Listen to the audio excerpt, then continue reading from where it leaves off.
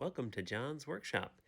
In this episode, we're going to rebuild this steering ram from a 1961 Rolls-Royce Silver Cloud. The reason for doing this rebuild is that there's a small leak at the output shaft, but also we're trying to debug the car for why it doesn't appear to have much assistance for the steering. And we've already looked at the pump in a previous episode, and so the next step is to look at the ram. The first step is to pull the 4 screws holding this plate on the top. Okay, those are off. And we can lift this up.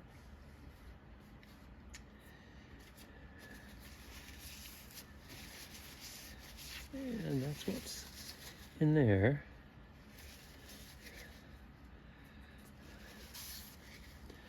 There's a snap ring way down in there. That is the next step, is to get that out. I think you can even see that from this angle. So there's the snap ring. You can just see it in there. You can see the brake right there. The next job is to get that out of there. Ronnie, in his video, indicated that the first step is you want to kind of tap this down a little bit. So I'm going to see if this will move at all to loosen that snap ring up. Oh yeah, it's definitely loosened. I don't know how far down that will go. It feels like that's kind of as far down as it goes, but that may give me a little bit more room in here to try to get this snap ring out of here. Using 2 of these picks like this and kind of fiddling around, I could push this down. I finally was able to kind of block it from going back into this ring, or the recess in the outer casing here, and able to pull it like this. It's kind of tricky. You just have to have some patience, but it looks like that's how you get it out of there. So it's just a little bit tricky, but having these picks, just got these at AutoZone, seem to do the trick. You kind of take this one and push that ring down, and then I was kind of using this one to try to kind of pull it up and keep this, using this one to keep it from going into the slot. All right, and there is the ring. And here is this whole thing coming out. There was the connection, the high pressure, and looks like we get a little bit of fluid here. All right, and then there's the piston rings. And here's what we see inside the cylinder. You can see here, it looks pretty good in terms of trying to focus in different spots here on that cylinder. But overall, that looks pretty good. I don't think that there's any issues here other than just that it was leaking a little bit. So we're going to try to clean that out, and then we'll reassemble. So here's the piston and seal assembly. So we've got, looks like 3. This is brass washer, there's a regular washer, and then here's an oil seal. Looks like that's all one piece. It comes out, and then we've got this piece here, which is the input pressure for this side of the piston, and then we've got the piston rings here. Actually, there's quite a bit of dirt on there, but those actually look pretty good. And the inside of the cylinder looks good. It's interesting, there's see here, there's dirt in there that's just sort of accumulated on that side of the piston. This side of the piston looks pretty clean. There was some dirt in the cylinder that I cleaned out as well. Overall, this is looking pretty good though. It feels nice. This rides on here very easily. And we've got a new O-ring here. We've got a new oil seal, and those are the key pieces. Here's the new oil seal. We actually have 2 because there's 2 cars. This is the O-ring that goes here, and then there's a fiber washer here. There's 2 of them, of course, for 2 rams. So once I pull this oil seal off, then you can see this is actually a couple of parts. So we've got an aluminum washer there, and then This looks to be the fiber washer. There we go. So it was in this order that goes, and then the oil seal goes like this. That makes sense because the pressure is going to be on the inside, and that's going to spread these lips. Boy, this is pretty hard, so that makes sense that this was the source of the leaking. Here's all the parts cleaned up and ready to go. So this, they've been kind of cleaned into some kerosene and then blown with an air compressor just to make sure there's no fuzz or dirt or anything in any of the holes. These are the originals, so we're going to replace these two when we reassemble. And then also got this O-ring here. The piston rings look good. Didn't see any issues with them. They've been all cleaned again with kerosene and blown out. And then the cylinder itself actually looks very good. This may be a little bit hard to see. Let's see if we can get the lighting right here. But you can see in there, it's very clean, no real scoring. I realize that's a little bit hard to get on the camera here, but inside that looks very good. So no issues with the bore of the cylinder here.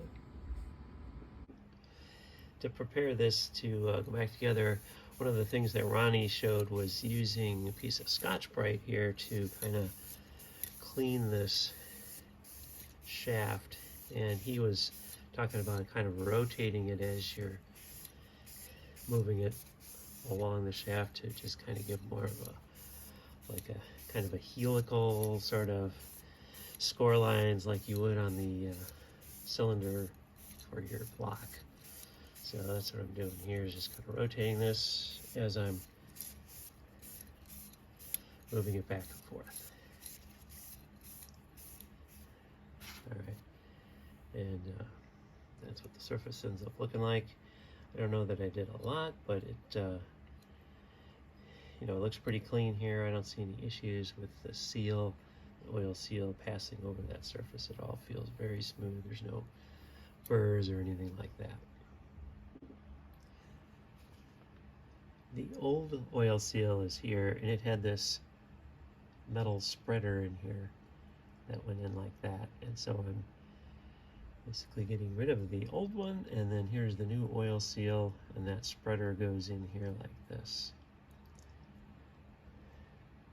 and that's going to go on shaft like that. And now it's time to put the piston back into the cylinder here. I've got transmission fluid all over it here, and get this back in here. Be careful with those rings, and then kind of rock it around a little bit in here as it goes down.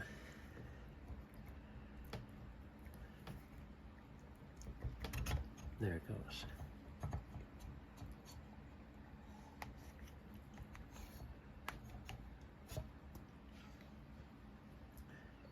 And then here's our seal. That goes in, and then the tricky part is going to be getting this seal down in here because it has to be kind of pushed in a little bit to get it down into the recess there. To get the seal in past that recess, just using a popsicle stick to kind of push down, and then a screwdriver here to kind of push the bottom of that, the bottom lip of the seal in away from this top lip. So I'm just kind of working around like this. Again, you don't want to cut the seal, but just pushing down with that popsicle stick and just kind of working that all the way around here to get that seal to the bottom. All right, so I've worked this in with the popsicle stick in here. You can see I can shove it all the way down to the bottom, and that spreader is on the already in there, so that's working to spread the two lips of the seal, and now it's all the way down in there. Next is the brand new fiber washer there. You can see I've put some transmission fluid on that, so that goes down next, and there that is. And then after that was this smaller diameter washer right here, so that goes on next. And then this is the larger diameter washer that goes on after that. And see, now that is essentially flush with the surface here. And then finally we put this compression. See how that's split like that? So what happens is when you screw the plate on, this plate right here, right, this is going to go on the top, that will hold this down. It doesn't really squeeze it. You see, kind of, there's some play in there, but this is supposed to be the cleaning. This is supposed to be the scraping washer that keeps any kind of dirt off. So that goes on next, like that. So all the washers, seal are on. I've got this block rotated so that the pipe fitting here is centered in that hole. And so the next step is to put the snap ring in that's going to retain this guy. You can use this hole to help remove the snap ring. So I'm going to put the end of the snap ring right there at the hole, and then that way you'll be able to see it through the hole and maybe more easily get it out of there. So this is just a matter of popping this guy down into that slot, and there it is, popped in. And what you want to do is make sure you don't pull the shaft up out of here, because then all those seals will pop back out and all that work that you did. So if you are going to move this, make sure it moves nicely. Just be sure to hold this down so you don't pull your seals back out. And then the next step is to install this plate with the 4 screws and lock washer.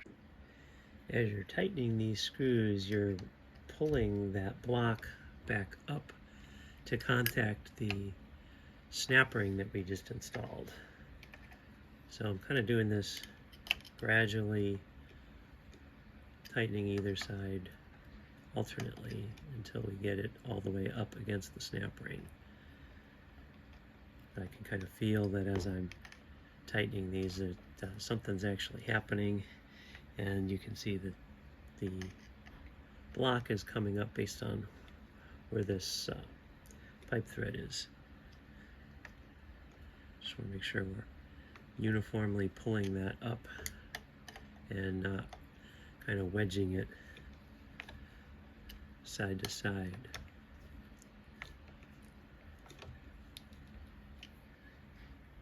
And we also want to make sure that that snap ring actually gets engaged and doesn't just pop out and just come all the way up. So this one, this step is important to be careful and make sure that this won't blow out of here when we get the pressure on the system. So now it finally feels like it's kind of bottoming out, hopefully against the snap ring. But we'll check that just to make sure.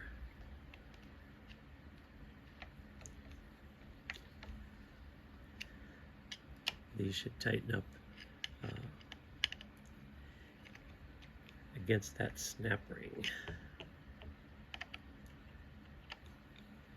Okay. It doesn't appear that the block is moving any longer, so it's all the way to the top.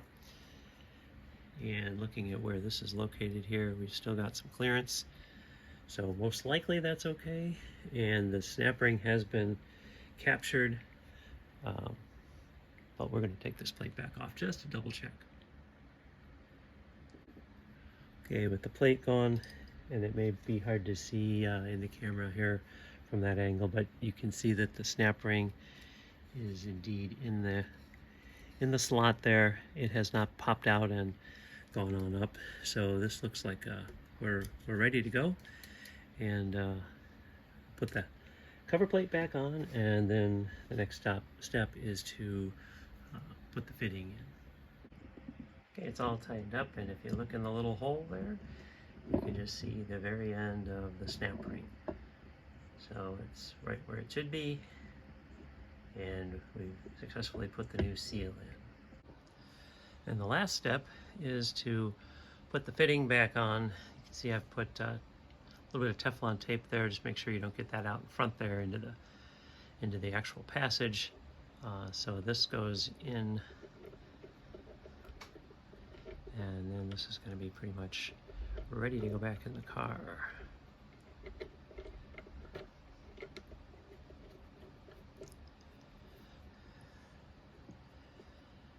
This doesn't have to be super tight, just tight enough to seal the threads with that tape. And there, that's not, I'm not really cranking on that too hard, but I feel like that's in good enough. And then when you're putting the fitting here, you just have to be sure to hold the nut here, keep it from turning. We put this back in the car, and then we went on the fall tour with the Rolls-Royce Owners Club out to the Grand Canyon and put about 3,900 miles on the car round trip and no leaks. Hope this was helpful, and thanks for watching.